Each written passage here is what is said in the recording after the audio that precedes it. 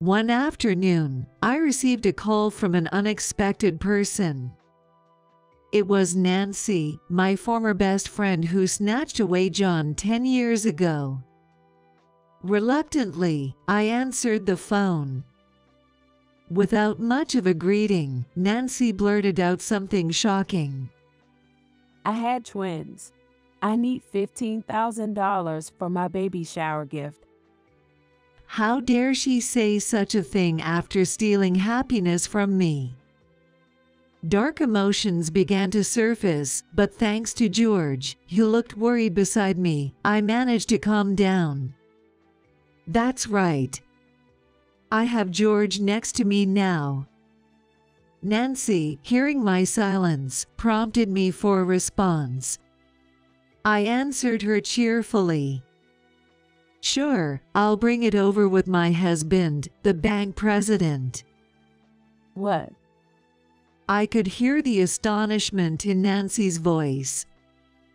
I continued my words to Nancy. I got remarried. Why didn't you tell me? Obviously, I didn't want you meddling again. But we're best friends, aren't we? Nancy screamed about betrayal, but I just smiled. Then I slowly replied, You betrayed me first. Nancy was at a loss for words. I hung up and explained everything to George beside me. And we decided to go ahead with our revenge plan. My name is Emma. I'm a 45-year-old housewife. I am happily married with my husband and 2 children. George is my second husband. He was a single father with 2 kids already. I wanted to support him when we met and decided to marry him. George is very kind and family-oriented. Despite being busy with his work, he helps out with household chores and childcare. I really love him. Conversely, I still think my first marriage was a failure. I met my ex-husband John through the internet. We matched and got married around when I turned 30 because we clicked well. But after getting married, I realized our hobbies and values were completely incompatible. But by then, it was too late. Still, both John and I tried to compromise at first. The dark clouds over our marriage began about a year after our wedding. It started when my best friend visited our new home. This led to my downfall into despair. Hey Emma, can I come over to your house? Well, Nancy. That was the call from Nancy, my best friend. She couldn't make it to our wedding, so she wanted to come over to celebrate us. Would it be okay to come over when your husband is home? I want to greet him. I'd love that. Please come over. Nancy has been my best friend since high school. She was the first to speak to me when we started school. Despite everything, I still loved her dearly. I readily agreed to Nancy's proposal, never imagining it would lead to such an outcome. The following week, Nancy arrived at my new home with plenty of gifts. Nice to meet you. I'm Nancy, Emma's best friend. Nice to meet you, too. Emma's always talking about you. Nancy smiled sweetly and greeted John. Following John's lead, she entered the living room. I walked behind them and headed straight to the kitchen. Oh, I'd like some tea. Then I'll have some too. John usually sticks to coffee, so him drinking tea was a surprise. From the kitchen, I sighed as I looked into the living room. Got any tea? While asking me, John was fixated on Nancy, not even looking my way. Nancy has always been beautiful, and she's even more stunning now, so I understand why he's captivated. But still, as a married man, it seems inappropriate to drool over her. Despite my farts, I responded, "Yay, we don't usually have it. Nancy, you couldn't drink coffee, right?" I can, but Nancy said, glancing at John. I like Nancy, but I honestly dislike that gesture of hers. Because when Nancy acts like that, most men end up doing whatever she wants. Since you've come all this way, you'll go buy some? As expected, I sighed at his words. Nancy looked a bit troubled but didn't say she would settle for coffee. Reluctantly, I went to buy tea. After purchasing it at the nearest supermarket, I walked home. Then, my phone rang. It was John. Sorry. Could you also buy some sweets on your way back? Well, wait. John hung up before I could respond. After that, no matter how many times I called, John didn't answer. He must be engrossed in conversation. Reluctantly, I stopped at a bakery before heading home. Yeah, I'm home. Oh, welcome back. When I entered the living room, the window was open. They were both lightly dressed. Perhaps it had been too hot. They should have just turned off the heating. I talked to while thinking. Was it hot? Yeah, it was kinda hot. You should have turned off the heating. Yeah, that would have been a good idea. John seemed flustered. There was no change in the living room, and Nancy was smiling at me. I had a bad feeling but pretended not to notice and laid out the cake. Here you go. thanks, Emma. Nancy thanked me cheerfully and picked out a cake, then sat down next to John to eat. I watched them and felt uneasy. But since Nancy has always been someone who gets close to people, I thought it was pointless to say anything and tried not to think about it. Hey, Emma, John is really wonderful, isn't he? I guess so. I answered shyly to Nancy's comment. Then, with a pretty smile, Nancy continued talking while resting her hand on John's knee. Yes, he's really handsome, and above all, he's a banker. That's impressive. Thank you. You're lovely too, Nancy. Oh, I'm flattered. John, a banker who had recently been promoted, smiled happily when Nancy complimented him. Though it was supposed to be the three of us, it somehow turned into their own little world. Feeling uncomfortable, I silently ate some cake and moved to the kitchen. John, can I come again? Of course. Please catch up again? Right, Emma? And I looked up. That was when I first noticed Nancy leaning against John. You can come, but aren't you guys getting too close? Are you jealous, Emma? If you're too clingy, John might not like it. It's not like that. When I responded firmly to Nancy's teasing, John frowned. Emma, that's rude to Nancy, who came all the way here. Apologize. What? You need to apologize to her. John had never raised his voice before. So I was taken aback and widened my eyes. It's okay, John. I'm not mad, right, Emma? We're best friends, aren't we? Sorry. I apologized reluctantly, and Nancy looked very pleased. Beside her, John also looked kindly at Nancy. Watching this made me feel terrible. Nancy stayed for dinner that day but was glued to John the whole time. And finally, she hugged him before leaving. Nancy is really beautiful, isn't she?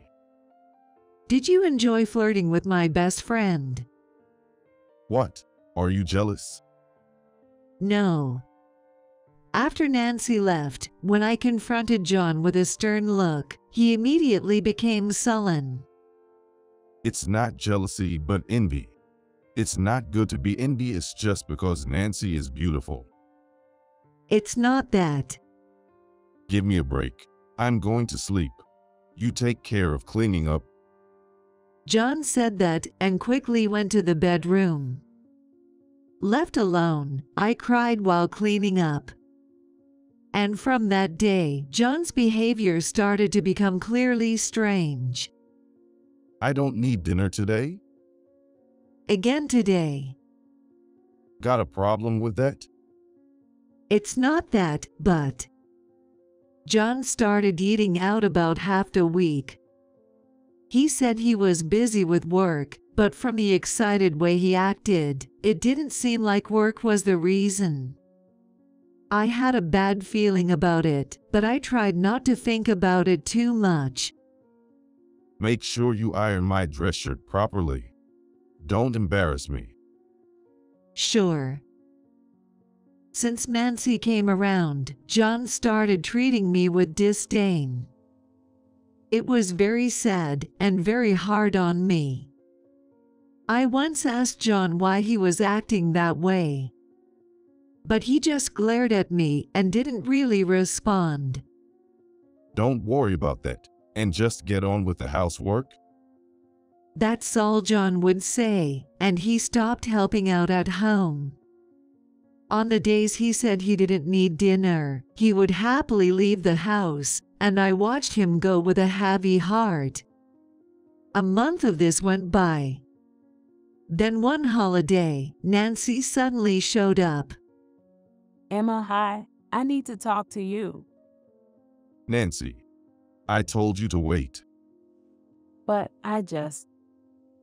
The conversation that unfolded at the doorstep made my bad feeling turn into reality. Since when? John answered awkwardly, muttering. Since the day Nancy came. Hearing that, my world went dark. Then Nancy spoke to me. I thought it was wrong. He's your husband, Emma. But I fell in love with John. As she said this with tears in her eyes, John moved closer to her. Honestly, I had sensed this might happen ever since I first introduced them. I had just looked away. Are you going to divorce me? Sorry, but I've fallen in love with Nancy. I'll pay the settlement. So please don't ask her for it. John's words hit me like a blunt object, and anger surged within me. Why do you get to decide that? I'm asking for a settlement from both of you. Okay, I'll take care of Nancy's part too. Do as you please. I couldn't hold back my scream as I saw the man I loved protect his mistress, and Nancy flinched. John held her protectively. I felt like I was losing my mind. I divorced John soon after and moved out with the settlements from both of them. I heard through the grapevine that they got married not long after. While I was grieving, I started a new life. Fortunately, I found a job quickly. Once I got used to the job, I found a new boyfriend, and I gradually stopped thinking about John and Nancy. My new boyfriend, George, is a very kind man. George is divorced with 2 kids. Despite his busy job, he puts his all into parenting, and I completely fell for him. George loves me wholeheartedly. He introduced me to his kids early on, and they got along well with me. After dating for about 3 years, we got married. Surrounded by blessings from our friends, I quit my job to support him and became a homemaker. I lead a very happy life now. I no longer think about John and his life, enjoying a smooth-sailing marriage. Trouble often strikes when least expected. One afternoon, I received a call from an unlikely person. It was Nancy, my former best friend who had stolen John from me a decade ago. Reluctantly, I answered the phone. Right away, Nancy blurted out something astonishing, skipping any formalities. I had twins. I'd love a $15,000 baby shower gift. After she had taken my happiness, the nerve of her. Dark feelings began to stir within me, but George, looking concerned by my side, brought me back to my senses. Right. I have George next to me now. Nancy, not hearing a reply, pressed me for an answer. I responded cheerily to her. Sure, I'll bring my husband, the bank president. What? I could hear Nancy's incredulous voice. I continued. I got remarried. Why didn't you tell me? Obviously, I didn't want any interference again. We're best friends, aren't we? Nancy screamed about my being cold-hearted, but I just smiled broadly. Then I slowly replied. The first betrayal was yours, Nancy. Nancy was at a loss for words. I hung up unilaterally and explained the situation to George beside me. That's when I decided to go ahead with my plan for revenge. George and I discussed and refined the plan. Originally, I had forgotten about the plan due to the joy of our relationship. But if she's going to bring it up again, that changes things. You should go all out. Thanks. I replied gratefully and nodded. Then, I repeatedly simulated the upcoming meeting with Nancy set for the following week. On the appointed day, I headed to the address Nancy had given and rang the doorbell. Welcome. Well, is he your husband? Yes, that's right. I didn't know you remarried. You could have told me. How could you say that? Nancy's face clouded for a moment, but she still ushered us in with a smile. The interior of the house was larger than the one John and I had lived, with designer clothes and bags scattered around. All obviously Nancy's. Do you still like designer goods? Yeah, but honestly, I prefer simpler things. Though I had asked the question, Nancy oddly answered, looking at George. That reminded me of how John had behaved. I wanted to shout right then and there. George stopped me. Nancy, Emma was the one who asked a question. I don't really need to know. Oh, right. Caught off guard, Nancy's face fell flat. Just seeing it makes me happy. Thank you. You're welcome. George, who says this with a smile, I truly believe is my greatest ally. As we enter the living room, there's John, lounging comfortably, who looks up in surprise when he sees me. Emma, what are you doing here? What do you mean? Nancy invited me. Really? Nancy? Why did you invite her? John looked confused. Then he looked behind me, and his surprise deepened. The bank president. Why are you with Emma? I remarried. He's my husband. What? You remarried? John kept tilting his head, comparing me and George. George's brows furrowed at John's rudeness. Do you have a problem with my wife? No, absolutely not. John straightened up as he replied, looking rather pathetic. Nancy seemed to think the same, sighing exaggeratedly. But that's Nancy for you, not stopping there. Nice to meet you. I'm Nancy, Emma's best friend. She said, leaning towards George, who dodged her. Yet Nancy didn't give up. You're so handsome. May I ask your name? I have no intention of telling you. Oh, so cold. Come on, it's okay, right? Nancy reached out and touched his arm. In an instant, he slapped her hand away. Out. Nancy, what are you doing to my wife? John glared at George in response to Nancy's small cry of pain. Then George, looking utterly exasperated, turned to John. Your wife touched me out of the blue. Still, don't you feel sorry for Nancy? Not really. Rather, she should reflect on her frivolity, getting married yet so readily touching another man. At George's words, Nancy's face turned red. Seemingly quite vexed, she glared at George. Then I spoke up, facing Nancy.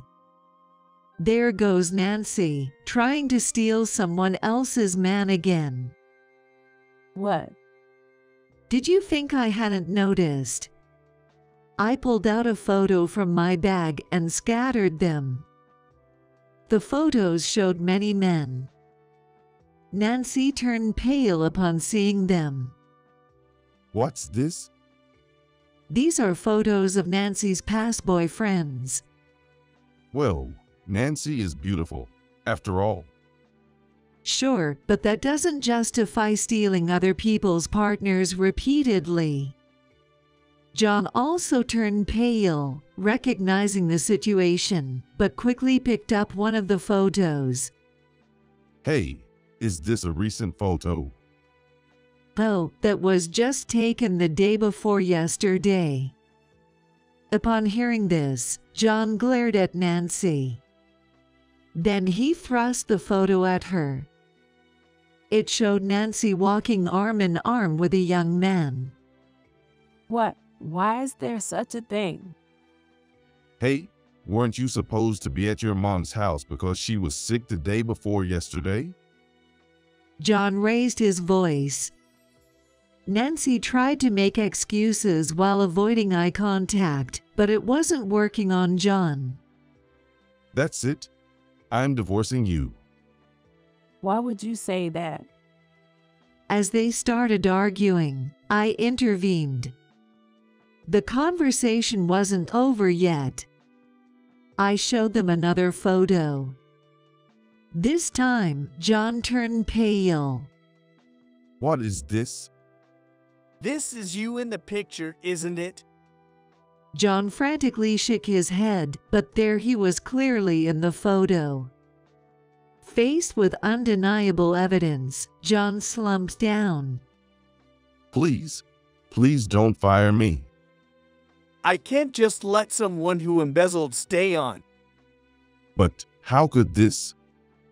Yes, John had been embezzling money from the bank. We found out soon after we started planning.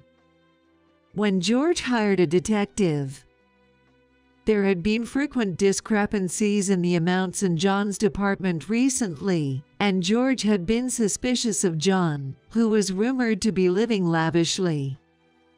Not only did you hurt and abandon my wife, but you also committed crimes as a banker. That disqualifies you, doesn't it? I'm sorry. I needed the money. I'll pay it back. If it were that simple, we wouldn't need the police.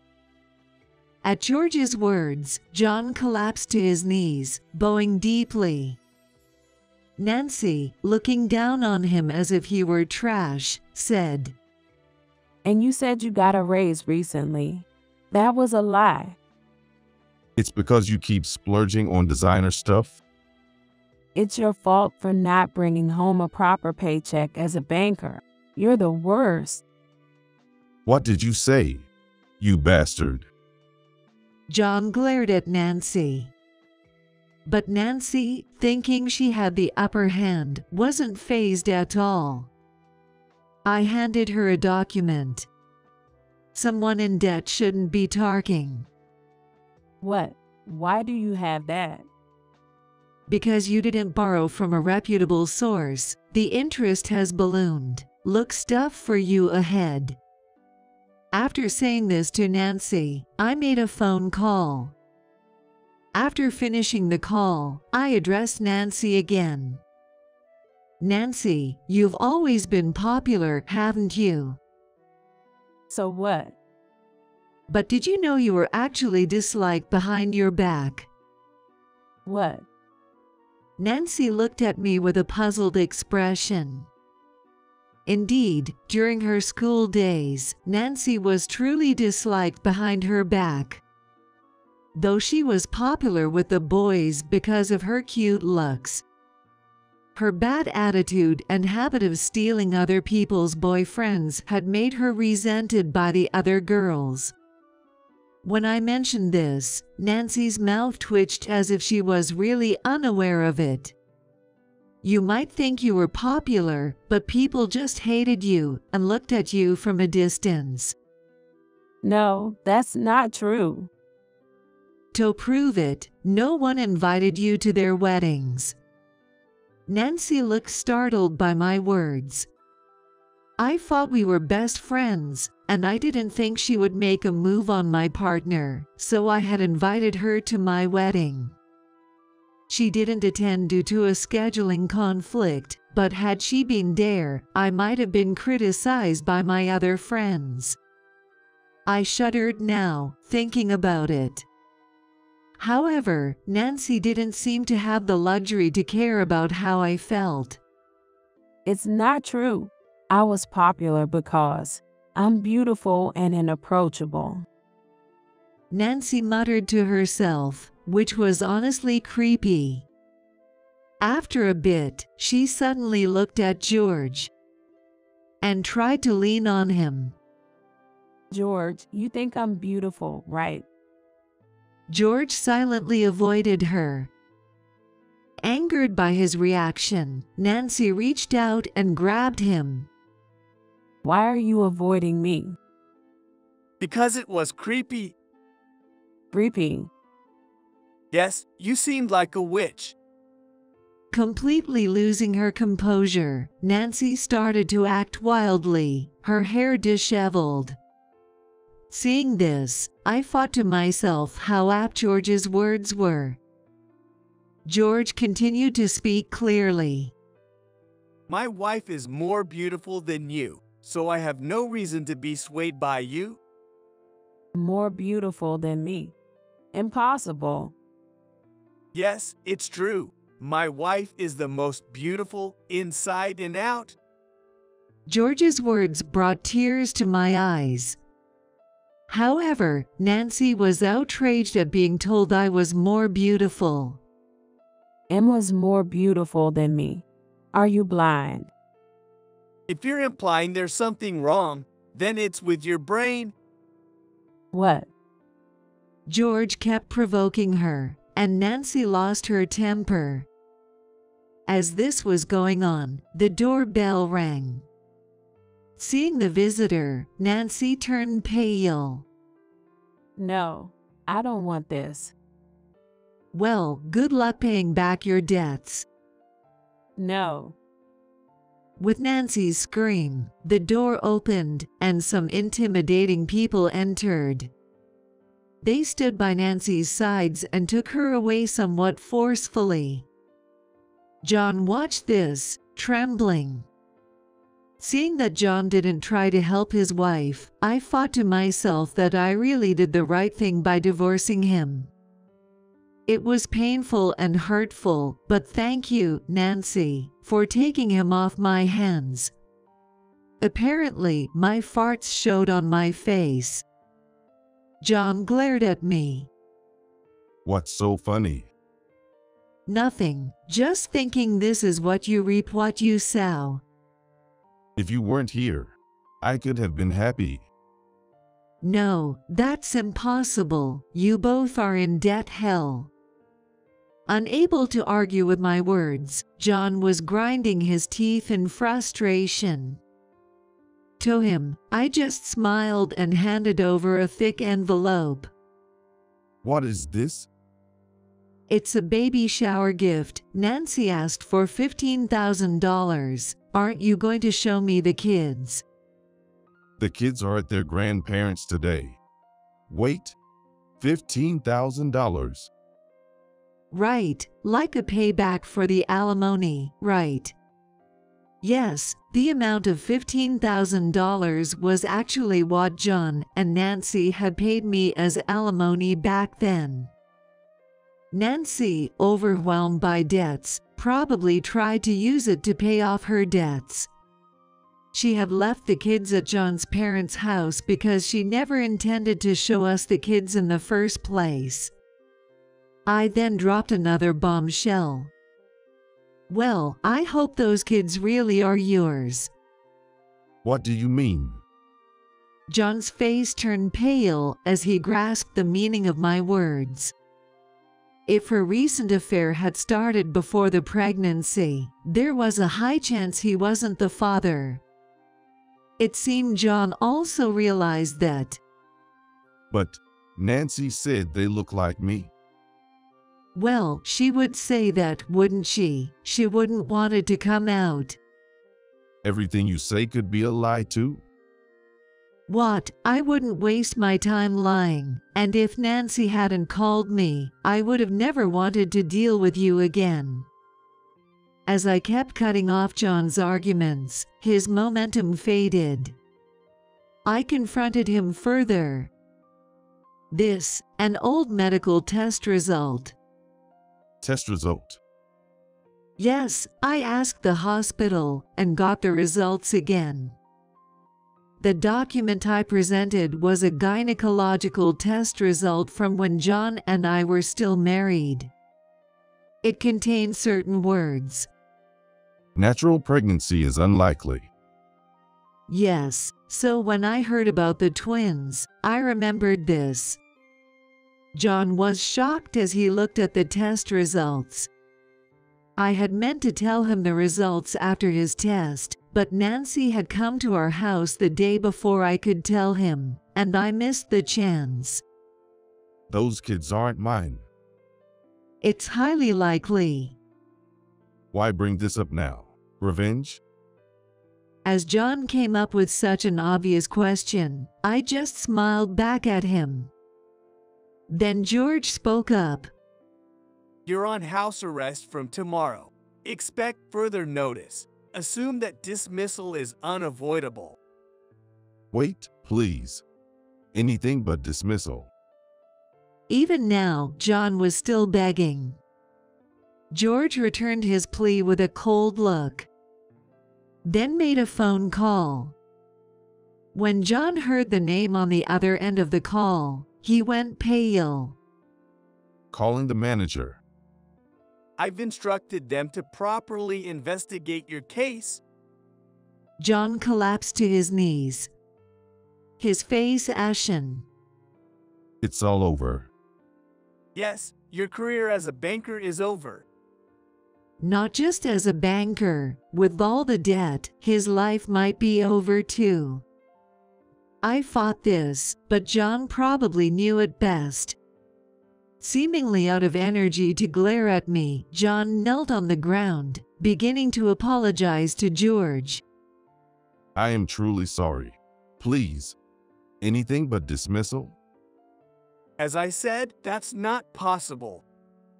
When George firmly rejected him, John then turned to me, bowing his head. Was he that desperate to remain a banker? I was somewhat impressed in a way. While bowing to me, John had the audacity to say, Emma, I am truly sorry. Is there any chance you could forgive me now? "Is that because you think if I forgive you, you'll avoid being fired?" That's part of it.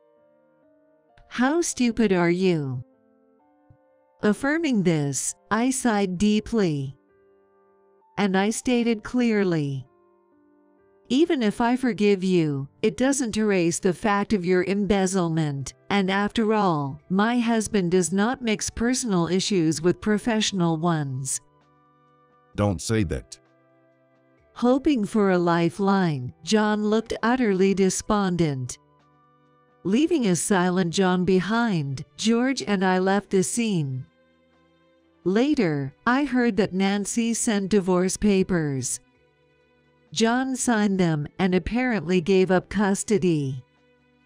It turned out the twins Nancy bore were indeed from her affair, and she became the talk of the bank. I received apologies from my ex-in-laws. We had been estranged during our marriage, but it seems they were just watching from a distance. I also heard that John is now secluded in his room at his parents' house. As George declared, he was fired from the bank, burdened with debt and required to return the embezzled funds. His life is reportedly very difficult. He is reportedly working multiple jobs day and night, subsisting on sprouts to stave off hunger.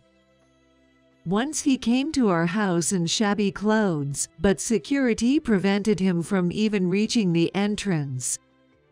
I may seem heartless for not feeling pity for John's fallen state, but upon reflection, he brought this upon himself, so perhaps it's only natural.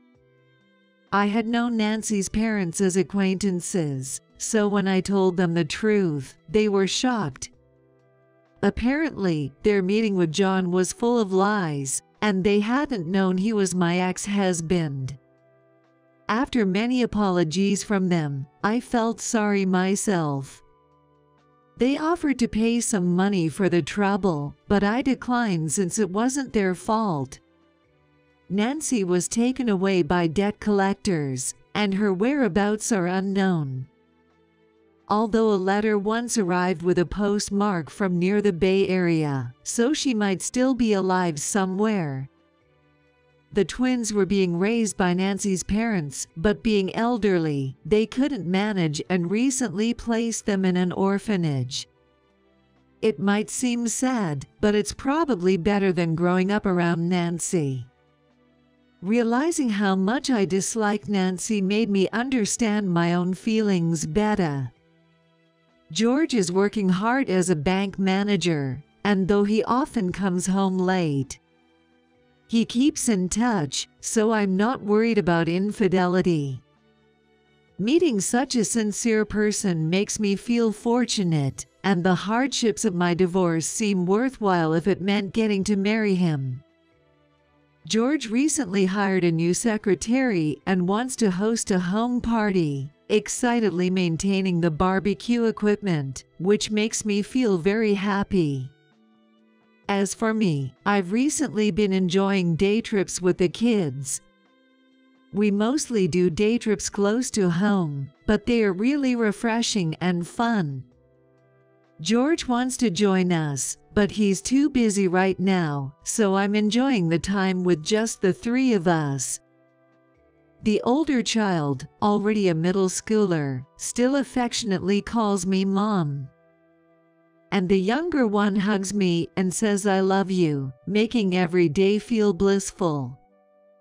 And now, a new life is growing inside me. Despite being 45 and facing a high-risk pregnancy with my first child, I am determined to nurture this gift of life. The kids are excited about having a much younger sibling, and we plan to choose a name for the baby as a family of 4 soon. If it's a girl, I won't let her get married. Come on, you're getting ahead of yourself.